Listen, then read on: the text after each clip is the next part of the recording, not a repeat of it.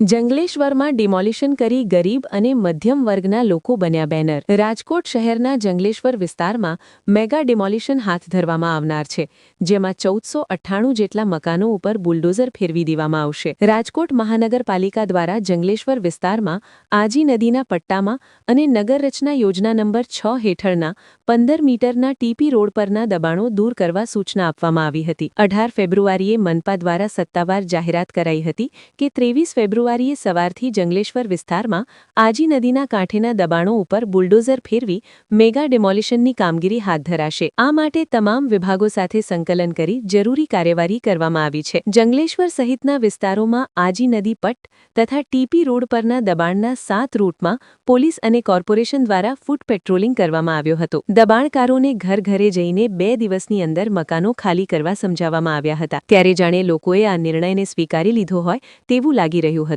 અને અનેક લોકો ભારે હૈયે જાતે જ પોતાના મકાન અને દુકાનને હાથોડા તેમજ ડ્રિલિંગ મશીનથી તોડતા અને પાડતા જોવા મળ્યા હતા। મ્યુનિસિપલ કમિશનર તુષાર સુમેરાએ એક નિવેદનમાં કહ્યું હતું કે જંગલેશ્વરમાં અત્યાર સુધીમાં 1498માંથી 102થી વધુ આવાસ ખાલી થઈ ચૂક્યા છે। કોર્પોરેશન અને પોલીસ દ્વારા જોઈન્ટ કંટ્રોલ રૂમ બનાવવામાં આવ્યો છે। હવે જે કામગીરી થશે તે અહીંથી જ મોનિટર કરવામાં આવશે। જંગલેશ્વરમાં નાની શેરીઓ હોવાથી ત્યાં ડિમોલિશનની પ્રક્રિયા કરવી થોડી મુશ્કેલ છે, જેથી ટેકનિકલી આ કામગીરી કરી રહ્યા છીએ। ડિમોલિશન બાદ ટીપી રોડ બનાવવાની કામગીરી શરૂ થશે। જો કે વૈકલ્પિક આવાસો બાબતે મ્યુનિસિપલ કમિશનરે મૌન સેવ્યું હતું। ડિમોલિશન પહેલા જ ચુસ્ત પોલીસ બંદોબસ્ત પણ ગોઠવી દેવાયો છે। કોર્પોરેશનની 7 ટીમ સાથે રાજકોટ શહેર જિલ્લા સિવાય સુરેન્દ્રનગર, જામનગર, મોરબી સહિતની પોલીસ તૈનાત રહેશે। Rapid action force, SRP, RAF, મહિલાઓની સી ટીમ સહિતના જવાનો તૈનાત રહેશે। અલગ અલગ જિલ્લાઓમાંથી વજવાહનો પણ બંદોબસ્તમાં રાખવામાં આવ્યા છે।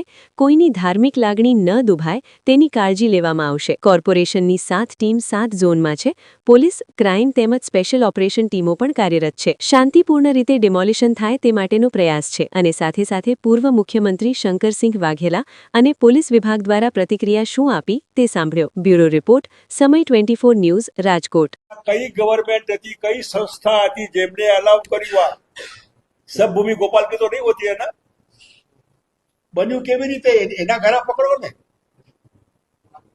તમે ટીપી અલગ સવાલ છે, ટીપી આખી અલગ છે, પણ જે બન્યું એમાં તમે ક્યાં હતા? ગઈકાલે કેમ કોઈ નહોતું? અને અનેક ગરીબ લોકોની મૂડી આખી જિંદગીની પસીનાની કમાણી તમે તોડી નાખો છો। એ વખતે તમારે ના પાડવી હતી ને જયારે બનતું ત્યારે। એ વખતે કરપ્શન બધું ભાગીદાર, લાવો રૂપિયા। અત્યારે બી રૂપિયા એનું નથી તૂટતું। એનું રિયલી જંગલ રાજ છે। કિનારે કારાવેલી આવેલો હતો અને આઈડેન્ટિફાઈડ જે રાજકોટ લો એન્ડ ઓર્ડરની માનનીય પોલીસ કમિશનરશ્રી જાંચ કરીને અમારી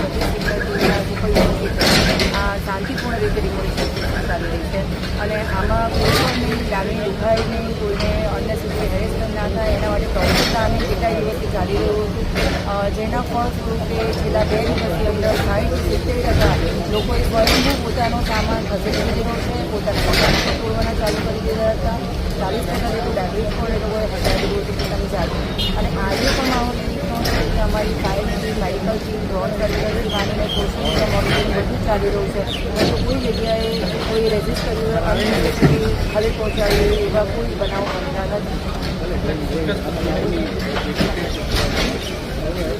જે શંકાસ્પદ એવું લાગતું હોય કે જે સમગ્ર પ્રોસેસ જે છે એમાં ભટકાવનારું બયાન આવી શકે છે અથવા તો જે આખી શાંતિપૂર્ણ ચાલી રહેલી પ્રોસેસમાં કાયદેસર છે એને રાખીને કરવામાં આવે।